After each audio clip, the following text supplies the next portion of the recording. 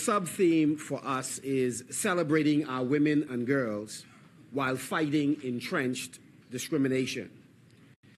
In November of 2022, the Free National Movement stood in this honorable house in agreement with the efforts and intentions of the White Ribbon Month celebrations. Madam Speaker, we then joined in supporting, 1, an end to gender-based violence, 2, to redefine masculinity in cultures like ours that are plagued with chauvinism, sexism, misogyny, and machismo. 3, we also supported the promotion and support of equality. And 4, we promoted and supported healthy relationships.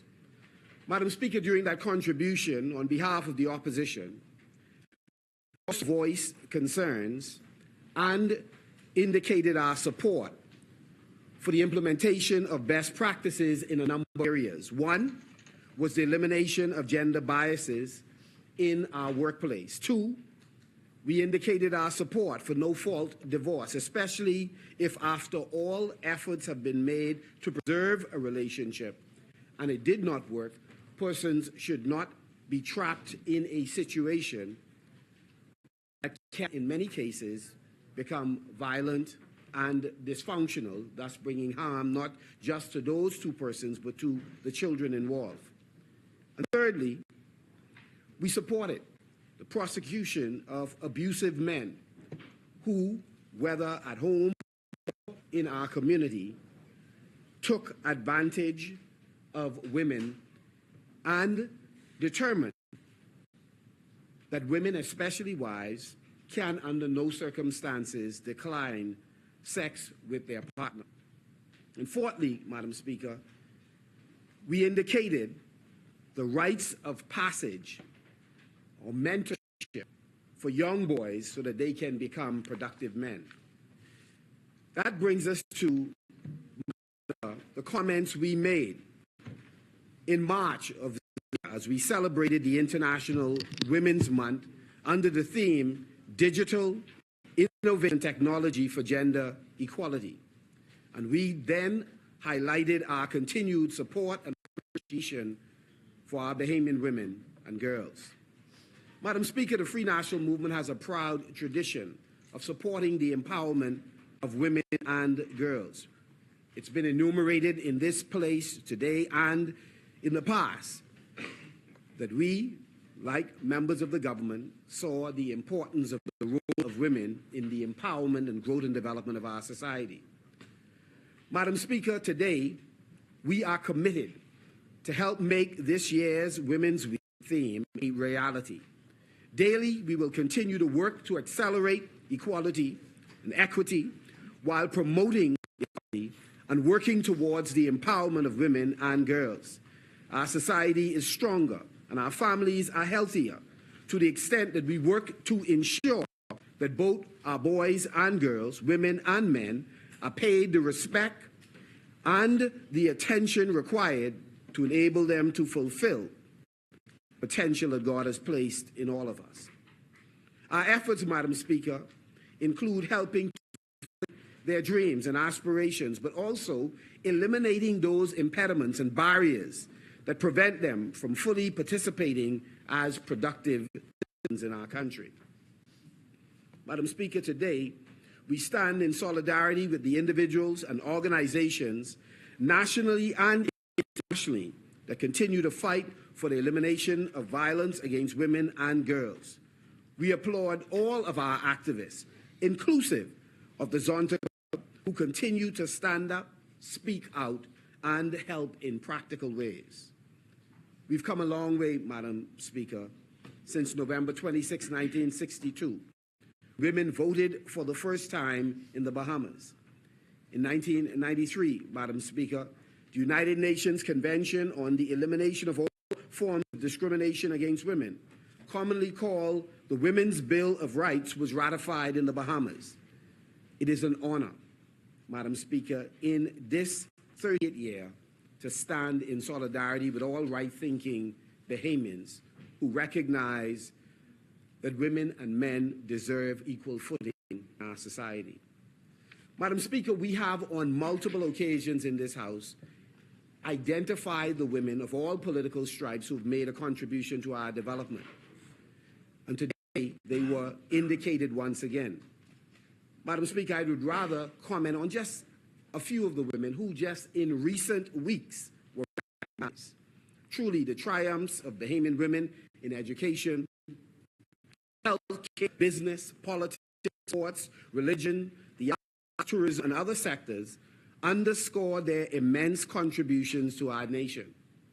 Historically, Bahamian women played a key role in our economic, social, and cultural development. And Madam Speaker, women have done that while balancing raising children and undergirding the men in their lives. Madam Speaker, the list of successful Bahamian women and Bahamian women's successes is extensive. And while I cannot comprehensively celebrate all of them today, I will pause to highlight just a few who we have recently recognized.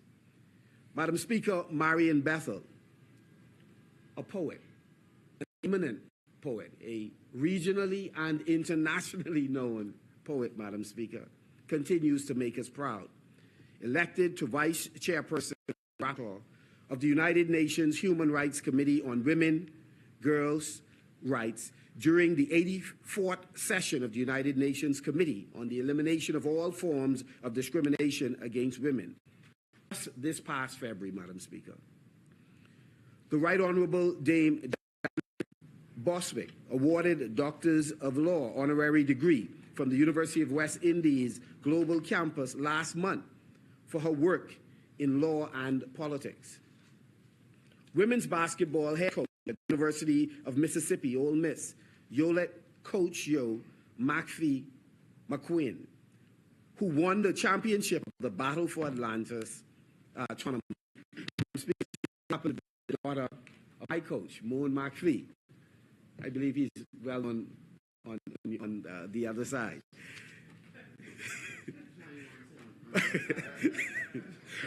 His park happened to be in Marco City.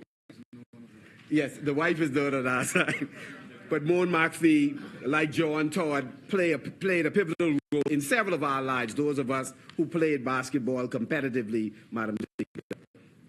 And of course, Madam Speaker, Joy Jibaloo, CEO of the National Paradise Island Promotion Board, the first woman to serve in this role, Madam Speaker.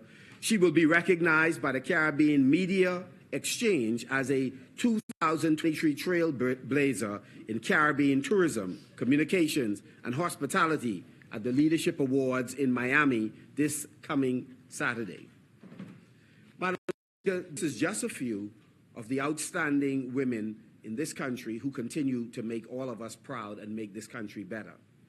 Madam Speaker, we must ensure that we create an environment in the Bahamas where every girl has the opportunity to succeed, whether she's from Grand Bahama dreaming of marine biology, or from New Providence aspiring to be an environmentalist, or from Eleuthera aiming to innovate in various areas of technology, or from Andros with ambitions of becoming a globally celebrated musician or poet, Madam Speaker. Madam Speaker, at this time, it is important for all of the promises we make to our people that we fulfill them.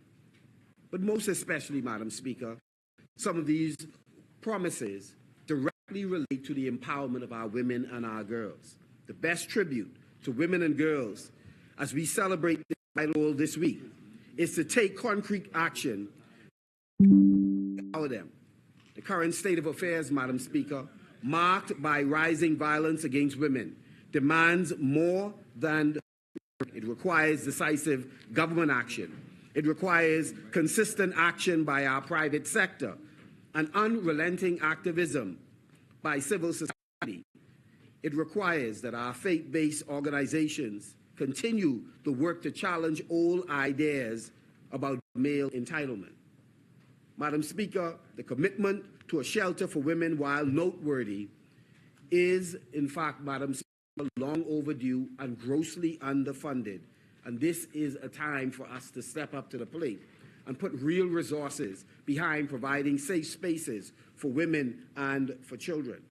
Madam Speaker. Madam Speaker, we need greater urgency in doing the things that are required. Women await amendments to the Protection Against Violence Bill to enhance their safety and legal rights. Equally pressing, Madam Speaker, is the issue of legislative inequality in transferring citizenship to children. Women deserve the same rights as men in this regard. We cannot overlook the unresolved issue of rapes in our community, Madam Speaker, and at home. Our legal framework must evolve to address this and other matters more effectively. This Women's Week, let us both celebrate the achievement of women, but at the same time, let us strive to enact meaningful change. And I urge all of us, especially the government, to dedicate the necessary resources and legislative attention to ensure not just the recognition, but the real safety and equality of women and girls. Let us commit to allocating more resources so that the person can leave abusive situations, so that female entrepreneurs can continue to transform the business arena and our country. As I close, Madam Speaker, I wish to say a special thanks to my own mother, Sister Laura Benson, and to say how much, Madam Speaker, I appreciate my mother and the many Bahamian women like her who raised children in large measure on her own and not going beyond grade 6, was still able, Madam Speaker, to provide guidance, to provide assistance with schoolwork, and to provide inspirational leadership. And I wish to thank my wife and my daughter, who daily make sacrifices and continue to show unwavering support, and most especially sharing their love and undergirding me, as many of the men in here whose wives or spouses continue to strengthen them and inspire them daily. And I praise all women, with or without children biologically, who continue to do the unnoticed, the invisible work many times to grow the country and to develop the Bahamas as a model country around the world. Thank you, Madam Speaker.